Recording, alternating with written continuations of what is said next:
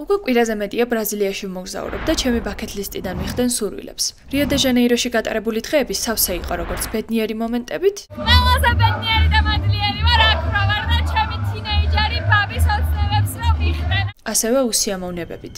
ჩვენი გაქურდაცადეს და გამოგვეკიდნენ და კინაღამ მოვკვდი შიშისგან. სანამ ბრაზილიას დავტოვებ, სამი სურვილი გადამრჩა ასასრულებელი. განსაკუთრებით კი მსოფლიოს ერთ-ერთი საოცრების ნახვას ველოდები სულ მოუთქმელად. თუმცა მგონი რიოში არ არსებობს დღე დისკომფორტის გარეშე და ქრისტეს ქანდაკებაზე ვიზიტიც დიდი გაუგებრობით დაიწყო.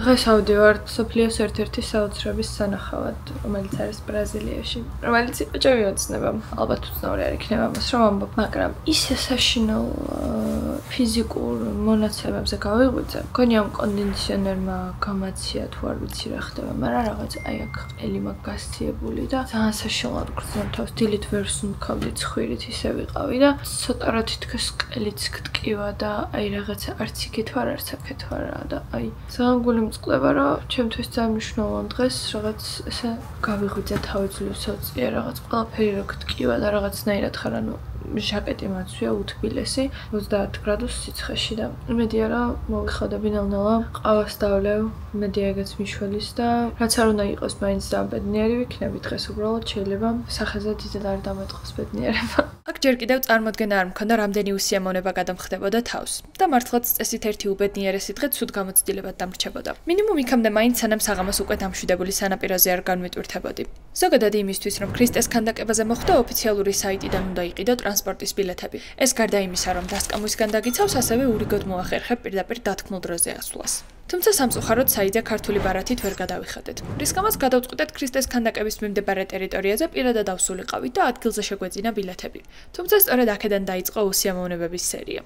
არ ვიცი რატო, მაგრამ ონლაინ რო ვყიდულობდით ამ ქრისტეს ქანდაკების ასასვლელ ბილეთებს, ვერ გადავიხადეთ ბარათიდან, არ მოგვეჭრა თანხა, ყველაფერი ვცადეთ. არ ვიცი ესეთი პრობლემა რატო შეგვექვია, მაგრამ მოკლედ ახლა მოვედით ადგილზე უშუალოდ იმ კომპანიის ლოკაციაზე, რომელსაც ოფიციალური ვენებია ყავს რა მიკროავტობუსები. ამ ადგილზე მისულებს ერთი კაცი გამოგველაპარაკა, რომელიც ოფიციალურ ფორმაში იყო გამოწყობილი და ზუსტად იმ კომპანიის წარმომადგენელს გავდა, რომელზე ინფორმაციაც საიტზე მქონდა მოძიებული. სწორედ იმიტომ, რომ უამრავი ვიდეო მქონდა ნანახის კამერების შესახებ, განსაკუთრებული ყურადღებით დავიწყეთ ამ კაცის გამოკითხვა, რათა დავრწმუნებულიყავით ოფიციალური წარმომადგენელი იყო თუ არა.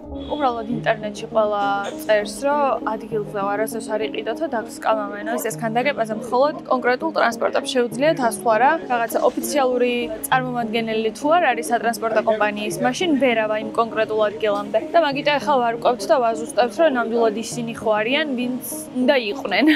ამ კაცმა ჩვენ ყველა კითხვას ძალიან დამაჯერებლად გასცა პასუხი. How many years you are working on that business? How many years? Yeah. The crash? Yeah. Yes, 30.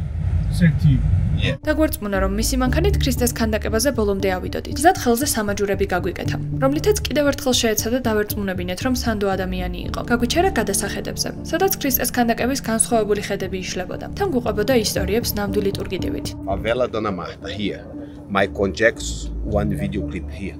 და მან ჩვენში განსაკუთრებული ნდობა გამოიწვია. თუმცა უშუალოდ ქრისტეს ქანდაკების მიმდებარედ მისულებს სულ სხვა სიტუაცია დაგვხვდა და ამ კაცის განზრახვებიც მალე გამოაშკარავდა. TikTok-ში რო გავფრთხილებენ, რომ არავის არ ენდო და იქ რო შემოგთავაზებენ რაღაცებს არ აიღო, უნდა დაიჯერო ადამიანმა რა. როგორც აღმოჩნდა, ამ პიროვნებას არაფერი ჰქონდა საერთო ოფიციალურ წარმომადგენლობასთან. ის ჩვეულებრივი მძღოლი ყოფილა, რომელმაც 6 ჯერ ძვირად შემოგთავაზა უბრალო ტაქსის სერვისი. ისე დამაჯერებლად გვეუბნებოდა, რომ ანუ მიგიყვანთო ბოლომდეო და მე ქრისტესთან ახლავთო. ეჭვიც არ შეგვყარვია რა, მოგვეთყობდა. უბრალოდ ეჭვი შეგვეპარა, მაგრამ იმდენად დამაჯერებლად აგვიხსნა ყველაფერი, რომ ვიფიქრეთ, თან ფორმიანი ტიპი იყო, თან ხელებზე გაგვიკეთა ეს სამაჯურები, სადაც აწერია კორკოვადო ქვიათ, ვარცდები ამ ადგილ კორკოვადოს რაღაც ოფიციალური წარმომადგენელი და რაღაც ეგეთ რაღაცები აწერია რა, ამ ხელზე გასაკეთებელს და ვიფიქრეთ, რომ ამ ოფიციალური საიტიდან არიან ეს ტიპები რა. ეხლა ცალკე ვდგავართ რიგში, რომ ვიყიდოთ ბილეთები თვითონ ქანდაკებაზე ასასვლელად, ანუ ჩემი განსაკუთრებული გაღიზიანება არა ძვირის გადახდა, არამედ მოტყუების შეგრძნებამ გამოიწვია. ერთი შეხედვით ეს სასიამოვნო ადამიანი თურმე თვალებში გვიყურებდა და გვატყუებდა. ძალიან გაუბრაზდი საკუთარ თავზეც, რომ მალევე ვერ მივხვდი რა სიყალბეში გქონდა თავი გახვეული. ისეთი საშინელი გამოცდილება მივიღეთ ჯერჯერობით, რაც აქვართ, რომ აი მართლა აღარაფერი აღარ მინდა და იმენა არც ბრაზილია მინდა და აღარაფერი აღარ მინდა რა, ამდენი სკამერის, მომპარავის, ქურდის, აი ძალიან დავიღალე რა. აი რიო დე ჟანეიროში კარნავალის პერიოდში თუ ჩამოხვალთ, რკინის ნერვები გამოიყოლეთ თან, იმიტომ რომ აი სხვანაირად ვერ გადარჩებით და რიოს მერე დაგეგმეთ კიდე ერთი დასვენება, რომ მენტალური რელაქსი და განწმენდა მოიწყოთ. სხვანაირად უბრალოდ არ გამოგივათ. ამ უსიამოვნების და ბილეთების რიგში 2 საათიანი ლოდინის მიუხედავად, მაინც მოვახერხეთ მსოფლიოს ერთ-ერთი საოცრების საკუთარი თვალით ნახვა.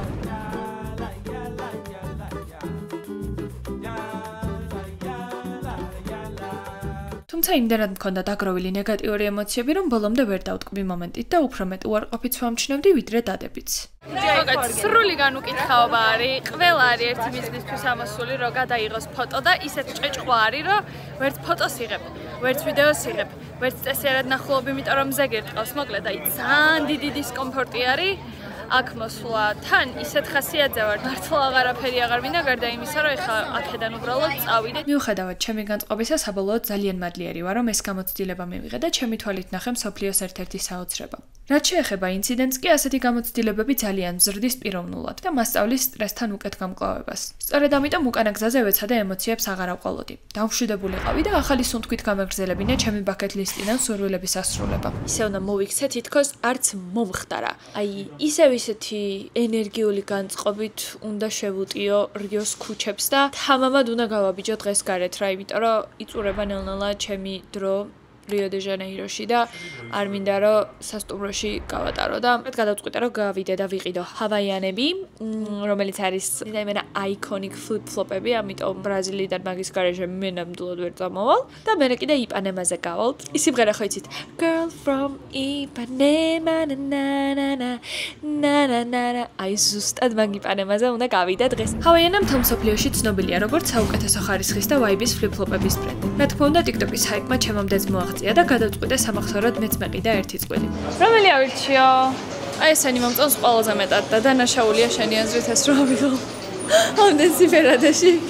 აი ცოტას კიდე გადავათვალიერებ, მაგრამ ვეჭობ ამას მოუბრუნდები. აი ახლა, აი ამას. მე 100 წელი არ ვიყიდე. სრულიად ამოვარდნილია ჩემი ხასიათიდან. აი ეს ლამაზია ისე. არა. რა გავაკეთო ესენი რომ მომწონს? მე ძალიან მიყვარს სადა რაღაცები და არ შემიძლია ჭრელო ფერები და ხოჭები ესეთი რაღაცა ვიღარ, რასაც უფრო მეტად გამოვიყენებ, ვიდრე ის, რაც უფრო მოდაშია. საკუთარი თავის დასაჩუქრების შემდეგ კი გადავწყვიტე დარჩენილი დღე იპანემას სანაპიროზე სეირნობით და მზის ჩასვლის ყურებით დამეგვირგვინებინა.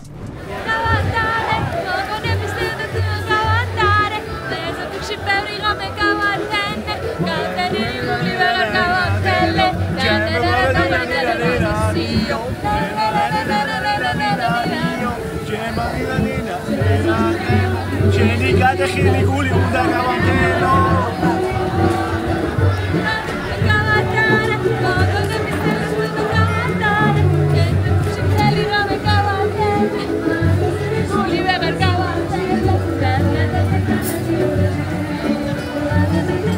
Too much.